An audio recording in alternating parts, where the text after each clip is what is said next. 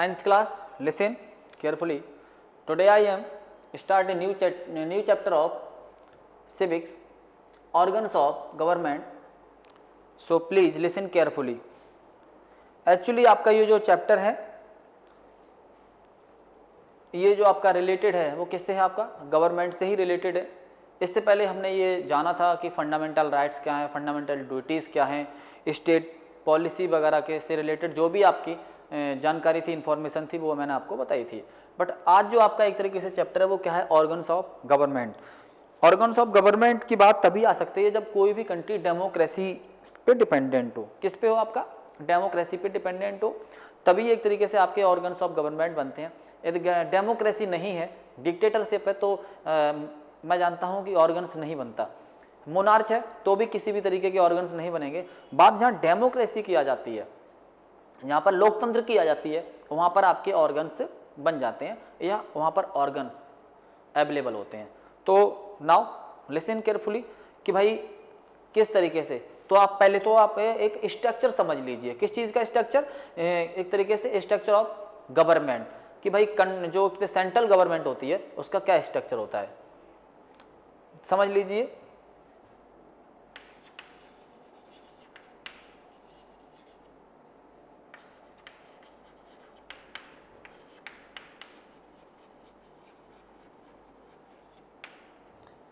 Central government structure, central government का structure मैं आपको बता देता हूं। तो सबसे पहले हम क्या करते हैं, इसके पार्टीशन करते हैं। मध्य में एक तरीके से या मिडिल में जो आपका क्या होता है, एक तरीके से एक्सिक्यूटिव,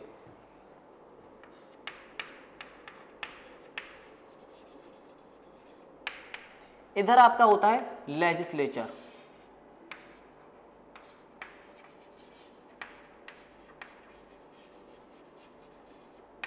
ये आपका लेजिस्लेचर हो गया। इधर हो गया आपका जुडिशरी, क्या होता है आपका? जुडिशरी, JUDICIARY,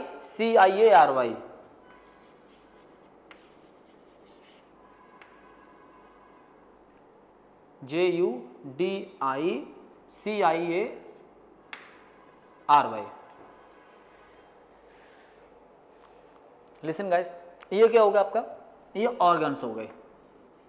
क्या हो गए आपके? ये ऑर्गन्स हो गए। गाइस अब ये जब हम ऑर्गन्स को पढ़ते हैं तो एक चीज बहुत आपको ध्यान रखने की जरूरत है कि सेंट्रल गवर्नमेंट जो स्ट्रक्चर के अनुसार सेंट्रल गवर्नमेंट के जो ऑर्गन्स हैं उनकी जो पावर है कैसी होती है? Equal power. चाहे आपका लेजिस्लेचर हो, चाहे आपका एक्सिक्यूटिव हो, चाहे आपका जुडिशरी हो। ऐसा नहीं है कि भाई एक्सिक्यूटिव के पास एक तरीके से मोर पावर फॉर एक्सिक्यूटिव नहीं, sorry, legislature more power for executive नहीं, judiciary more power for executive नहीं, इक्वल पावर है। मतलब इन तीनों के पास कैसा होता है? सेम पावर होती है, बराबर होती है। यदि हम इसके पास बहुत पावर दे देंगे तो ये क्या करेगा? जुडिशरी को खत्म कर देगा। इसको हम ज्यादा पावर दे देंगे तो इसको ये क्या करेगा? लेजिस्लेचर को बाहर कर देगा। ऐसा नहीं है। तो हमारा जो कॉन्स्टिट्यूशन है वो क्या करता है? इक्वल पावर सबको दे देता है। कैसे? अब देखते हैं ये कैसे। जो एक तरीके से लेजिस्लेचर की बात आती है तो इस एक तरीके से ये क्या बोलते हैं? लॉ मेकिंग बोलते हैं इसको। क्या बोलते हैं? लॉ मेकिंग बॉडी बोलते हैं इसको। क्या बोलते हैं? समझते जाना, उसके बाद ही मैं चैप्टर स्टार्ट करूंगा आगे का। इसको हम बोलते हैं लॉ मेकिंग बॉडी, मतलब एक ऐसा स्ट्रक्चर जो लॉ बनाने का कार्य करता है। रूल रेगुलेशन है ना, पॉलिसी वगैरह, इनको जो एक तरीके से एक स्ट्रक्चर प्रदान करने का कार्य जो करता है वो कौन करता है? आपका लेजिस्लेचर। दूसरा एक तरीके से इसी में देखें, ये पार्लियामेंट को कंट्रोल करने का कार्य करता है।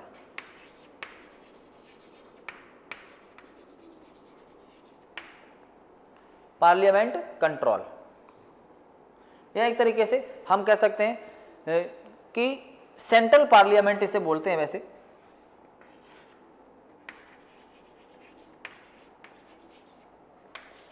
फिर से देख लो एक बार, ये क्या होता है, लेजिस्लेचर में क्या होता है, ये लॉ मेकर होते हैं, लेजिस्लेचर जो होते हैं, इसे हम पार्लियामेंट भी बोलते हैं। यहाँ पे क्या होता है, पार्लियामेंट होता है, और उस पार्लियामेंट में डबल हाउस होते हैं। कौन कौन से हाउस होते हैं, एक होता है आपका अपर हाउस और एक होता है आपका कौन सा, लोअर हाउस।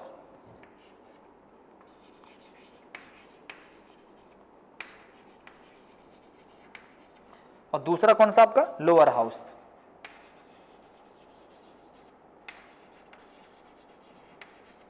ये किससे हो गया आपका, ये हो गया आपका लेजिस्लेचर। अब थोड़ा किसकी तरफ चलते हैं, एग्जीक्यूटिव की तरफ। एग्जीक्यूटिव क्या होता है, एक तरीके से इसे बोलते हैं एक तरीके से इम्प्लीमेंटेशन ऑफ लॉ। एक तरीके से क्या करता है, लॉ पे काम करने की कोशिश करता है, जो भी लॉ बनता है उस पे इम्प्लीमेंट करता है, अपना वर्क करता है। ये कौन, इम्प्लीमेंटेशन ऑफ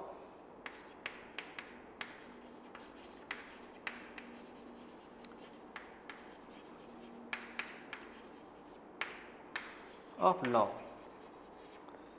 क्या करता है, एक तरीके से इंप्लीमेंटेशन करता है, जो भी इसको लॉ सौंप दिया जाता है उस पर कार्य करता है, उसके हिसाब से चलने का कार्य करता है। इसमें शामिल कौन कौन होता है, अब ये आता है कि भाई एग्जीक्यूटिव में कौन कौन शामिल होता है। देखो सबसे पहले एक होता है आपका प्रेसिडेंट,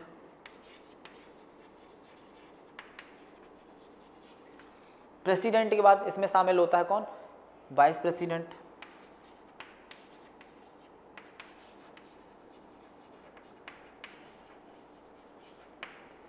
वाइस प्रेसिडेंट के साथ साथ इसमें होता है कौन, प्राइम मिनिस्टर,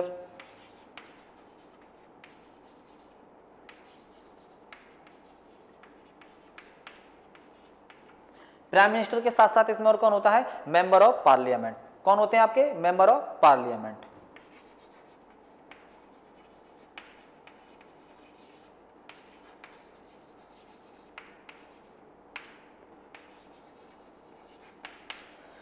तो ये क्या हो गया, ये था आपका एग्जीक्यूटिव।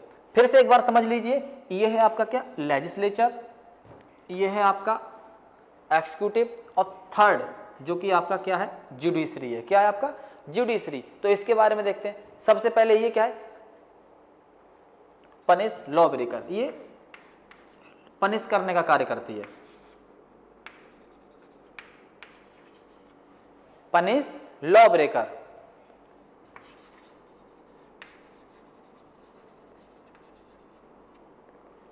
इसके बारे में आपको समझाऊंगा कैसे करती है। तो सबसे पहले इसमें होता है कौन, सुप्रीम कोर्ट,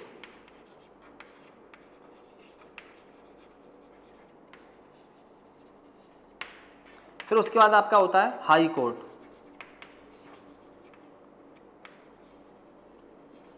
फिर आपका डिस्ट्रिक्ट कोर्ट।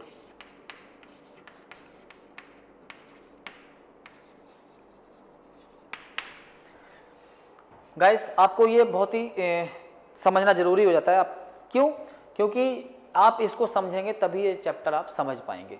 सबसे पहले यदि हम सेंट्रल गवर्नमेंट स्ट्रक्चर की बात करें, ऑर्गन्स ऑफ गवर्नमेंट की बात करें, तो इनको क्या किया जाता है, डिवाइड कर दिया गया है। कैसे डिवाइड किया गया है, फर्स्ट इज आपका जो कि पहला है आपका लेजिस्लेचर, दूसरा है आपका एग्जीक्यूटिव, तीसरा है आपकी जुडिशरी।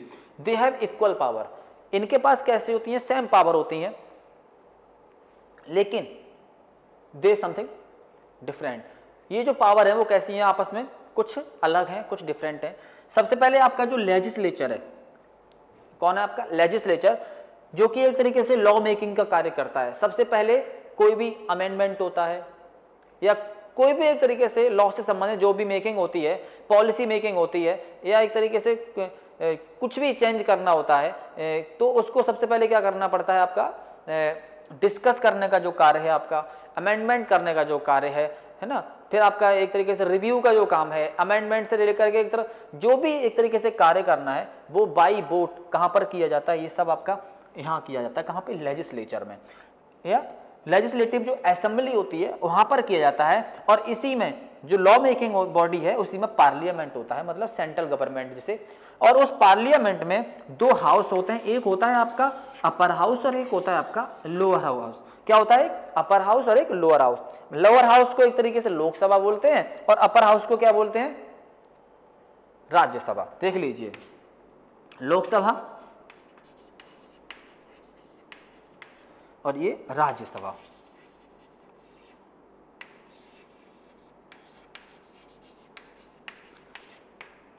आपको बहुत आसानी से समझना।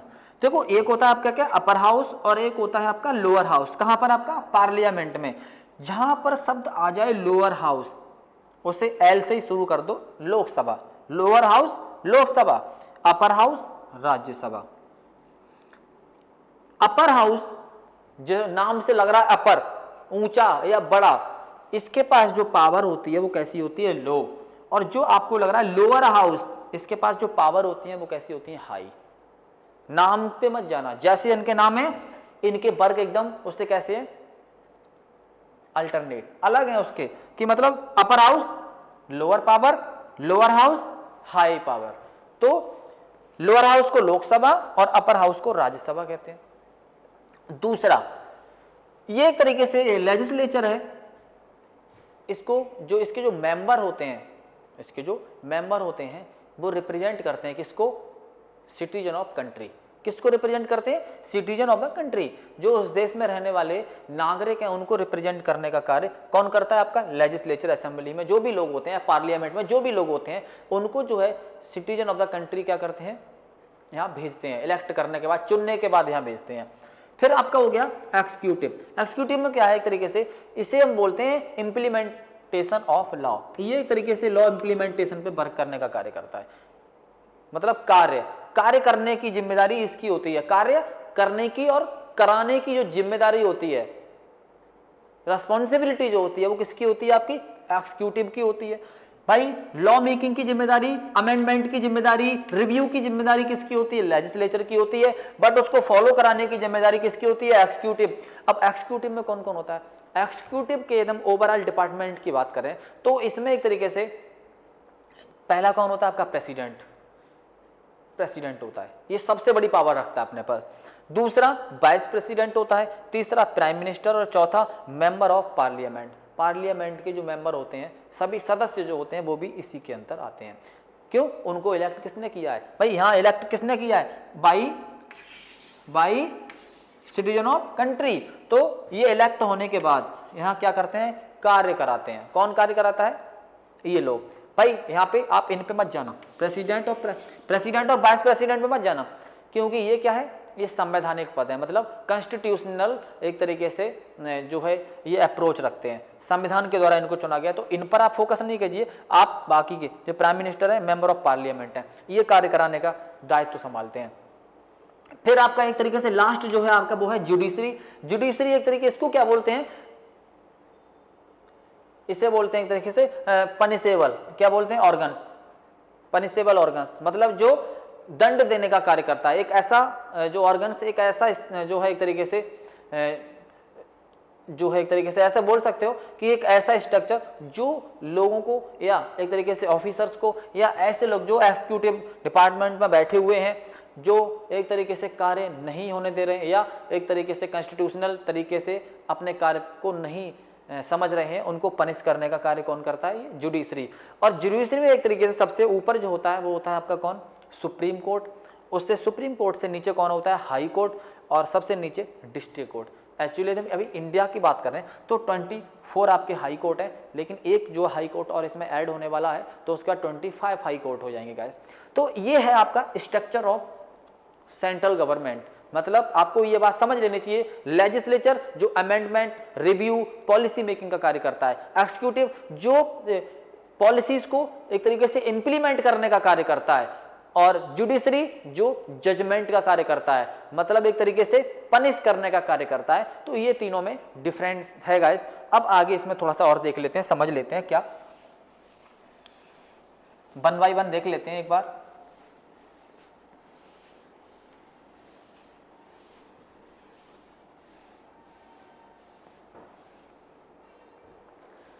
सबसे पहले हम देख लेते हैं legislature.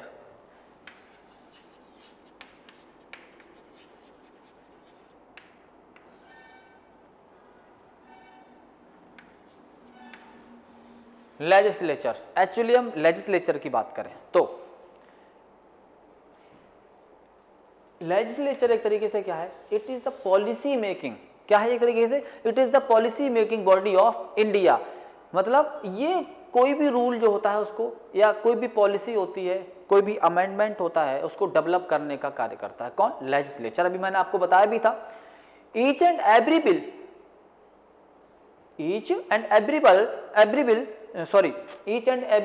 proposed by the executive has to initially discuss, review, amendment and votes upon in the legislature। किसके द्वारा? वोट्स के माध्यम से लेजिस्लेचर क्या करता है? अमेंडमेंट करने का कार्य करता है, रिव्यू करने का कार्य करता है, डिस्कस करने का कार्य करता है। साथ में जो एक तरीके से कोई भी जो बिल है एक तरीके से उसको क्या करता है? प्रपोज करने का कार्य करता है, मतलब वहां पे जो है उस बिल को वहां पे पास करने का कार्य करता है, ओपन करने का कार्य करता है। ये सब जो कार्य होते हैं एक तरीके से यहाँ पर होते हैं आपके लेजिस्लेचर में होते हैं। कहां पर होते हैं? लेजिस्लेचर में होते हैं। So ultimately it is the legislature that decide which bill should be passed, और यही डिसाइड करता है कि हमें किस बिल को पास करना है और किस बिल को पास नहीं करना है। अब इसमें कोई एक मेंबर, सिंगल मेंबर नहीं होता है, लॉट ऑफ मेंबर, बहुत मेंबर होते हैं, और वो जो मेंबर हैं आपके मिलकर ये डिसाइड करते हैं कि भाई किस बिल को हमें पास करना है और किस बिल को पास नहीं करना है। और ये जो राइट है आपका किसके पास होता है? लेजिस्लेचर के पास। ये जो किसी भी कॉन्स्टिट्यूशनल अमेंडमेंट करना है, किसी भी कॉन्स्टिट्यूशन, हमारे कॉन्स्टिट्यूशन के अंदर कोई सुधार करना है, तो ये राइट भी किसके पास है? आपका लेजिस्लेचर के पास। कोई पॉलिसी बनानी है तो ये राइट किसके पास है? लेजिस्लेचर के पास है ना। कोई रिव्यू डालना है आपको तो किसके पास है? आपका लेजिस्लेचर के पास। कोई एक तरीके से डिस्कस करना है किसी भी मैटर से रिलेटेड तो आपको कहां करना पड़ेगा? लेजिस्लेचर। तो ये सब आपका क्या है? लेजिस्लेचर से जो है रिलेटेड है। दूसरा एक तरीके से एक्सिक्यूटिव।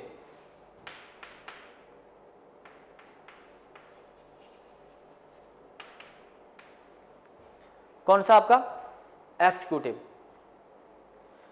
एक्सिक्यूटिव की बात करें, देखो ये मैंने आपको बताया लॉ मेकर, ये क्या है एक तरीके से? ये क्या है? पॉलिसी मेकिंग बॉडी है एक तरीके से, या लॉ मेकर है एक तरीके से। क्या है? Maker body. ये क्या है? Implement.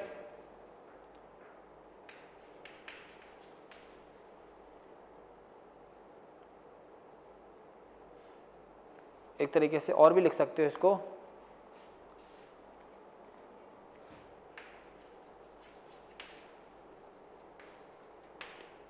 Implementation. EMPLEMENTATION body, implementation body. और आपका judiciary, JUDICIAR by. Policy, implementation and एक तरीके से पनिशेबल।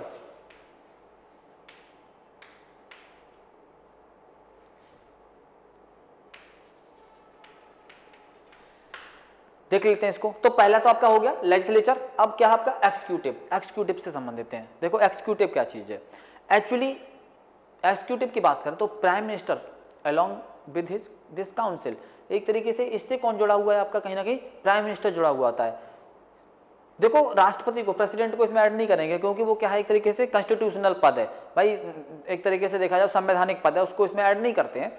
तो अब एक्सिक्यूटिव क्या है कि प्राइम मिनिस्टर जो आपका होता है along with his council of the minister is called the temporary executive. इसे एक तरीके से टेम्परेरी एक्सिक्यूटिव भी बोलते हैं क्योंकि इससे कहीं ना कहीं प्रधानमंत्री आपका ऐड होता है। And they implement the policies framed bye the legislature. जो लेजिस्लेचर से फ्रेम्ड होकर जो पॉलिसी आती है उस पे इंप्लीमेंट करने का जो कार्य होता है वो किसका होता है? एक्सिक्यूटिव का होता है। And they are elected for every 5 year. लगभग इनको क्या किया जाता है? एवरी 5 ईयर में कहीं ना कहीं चुना जाता है, इलेक्ट किया जाता है। किसमें? एक्सिक्यूटिव में जो लोग, जो मेंबर्स होते हैं उनको। And they called a temporary executive. उसके बाद हम देख सकते हैं कि किस तरीके से सिविल जो सर्वेंट होते हैं आपके, ऑफिसर्स होते हैं, फिर आपका एक तरीके से staff of working under the government जो होता है, और और भी कई जो आपके एक तरीके से पद हो सकते हैं, उन सबको क्या एक तरीके से पार्लियामेंट जो है एक्सिक्यूटिव बोलते हैं। ऐसे पद जो एक तरीके से इलेक्ट किए जाते हैं 5 ईयर के लिए, और उनके अंडर में आपके ऑफिसर्स वगैरह वर्क करते हैं, और जो है एक तरीके से स्टाफ होता है पूरा, और कई लोग होते हैं जो इनके अंडर में रह के वर्क करते हैं, इंप्लीमेंट करने का कार्य करते हैं। तो ये हो गया आपका कौन सा, एग्जीक्यूटिव। थर्ड आपका जुडिशरी। अब जुडिशरी क्या होता है भाई, जुडिशरी भी एक तरीके से क्या है, judiciary is the judicial body. क्या ये एक तरीके से जुडिशियल बॉडी है, एक तरीके जो जजमेंट करने का कार्य करता है। इंडियन जो एक तरीके से जुडिशरी है, ये क्या है, एक तरीके से इंटीग्रेटेड है, किससे, इंडिपेंडेंसी से, मतलब हमारी स्वतंत्रता के बाद से ही ये करिए जो है एक तरीके से ऐड हो गई थी हमारे संविधान में, हमारे कॉन्स्टिट्यूशन में। तो ये क्या एक तरीके से एक इंडिपेंडेंस से रिलेटेड एक बॉडी है, और जुडिशरी क्या एक तरीके से एक इंडिपेंडेंट बॉडी है, मतलब पूरी तरीके से स्वयं में एक स्वतंत्र क्षेत्र है जो क्या करता है, to review any law passed by the legislature. ये जो भी लेजिस्लेचर जो लॉ पास करता है उसको रिव्यू लेने का कार्य ये कर सकता है। Has the power to review any law, मतलब इसके पास ताकत होती है कि वो किसी भी लॉ को रिव्यू करने की कोशिश कर सकता है, उस पर विचार विमर्श कर सकता है, एंड उसे डिक्लेयर भी कर सकता है कि भाई ये लॉ हमारे लिए सही है या नहीं, इसको अवॉइड भी कर सकता है। ये राइट सिर्फ किसके पास है, आपका जुडिशरी के पास है। और यदि किसी लॉ के अंदर कोई वायलेंस नजर आता है तो कॉन्स्टिट्यूशन उसको क्या कर सकता है, अवॉइड कर सकता है, उसको रोक भी सकता है। ये जो एक तरीके से पावर किसके पास है, जुडिशरी। मैंने बोला था ना कि equal power, they have equal power, मतलब तीनों के पास बराबर पावर है। यदि ये इसको आगे नहीं निकलने देता, ये इसको नहीं, और ये इसको नहीं, और ये इसको नहीं, मतलब एक तरीके से ये आपस में एक दूसरे से कैसे हैं, इंटर रिलेटेड है भाई, एक दूसरे से एक रिलेशन है इनका कि भाई हमें एक तरीके से कैसे अपने आप को इंडिपेंडेंट करके वर्क करना है। लेकिन ऐसा नहीं है कि इससे किसी का एक्सप्लोटेशन हो, किसी का शोषण हो, ऐसा हमें कोई कार्य नहीं करना है। तो एक तरीके से ये हमारा क्या है, आज का एक जो लेक्चर है उसमें जो मैंने आपको ये बताया था कि किस तरीके से लेजिस्लेचर, एक्जीक्यूटिव और जुडिशरी वर्क करते हैं, और ये जो इनके दायरे क्या है ना। तो अब कल मैं आपको ये बताऊंगा कि जो आपका लेजिस्लेचर है उसमें कौन से पार्ट्स हैं, जैसे अपर हाउस है, लोअर हाउस है। फिर उसके बाद मैं आपका एक्जीक्यूटिव में बताऊंगा कि प्राइम मिनिस्टर क्या है, उसकी जो है एक तरीके से प्राइम मिनिस्टर के साथ साथ पार्लियामेंट्री वर्क क्या है, पार्लियामेंट में कितने सदस्य हैं, लेजिस्लेचर असेंबली में जो आपका अपर हाउस है, लोअर हाउस है, इसमें कितने सदस्य होते हैं, इनको कैसे इलेक्ट किया जाता है। फिर एक तरीके से आपका लास्ट में आपका जुडिशरी से रिलेटेड जो है उसके बारे में समझाऊंगा कि जुडिशरी में हाई कोर्ट क्या है, सुप्रीम कोर्ट क्या है ना, और डिस्ट्रिक्ट कोर्ट क्या है, और इनकी एक तरीके से इनके लिए आपको क्या एलिजिबिलिटी होनी चाहिए कि आप इसको जो है एक तरीके से क्या कर सकते हैं, इसमें जा सकते हैं जो है जुडिशरी में, है ना। मेंबर ऑफ पार्लियामेंट बनने के लिए आपको आपकी क्या एलिजिबिलिटी होती है ना। तो ये सबसे समझ में आपको कल समझाता हूँ गाइस, और तब तक के लिए धन्यवाद। नेक्स्ट वीडियो में फिर मिलता हूँ।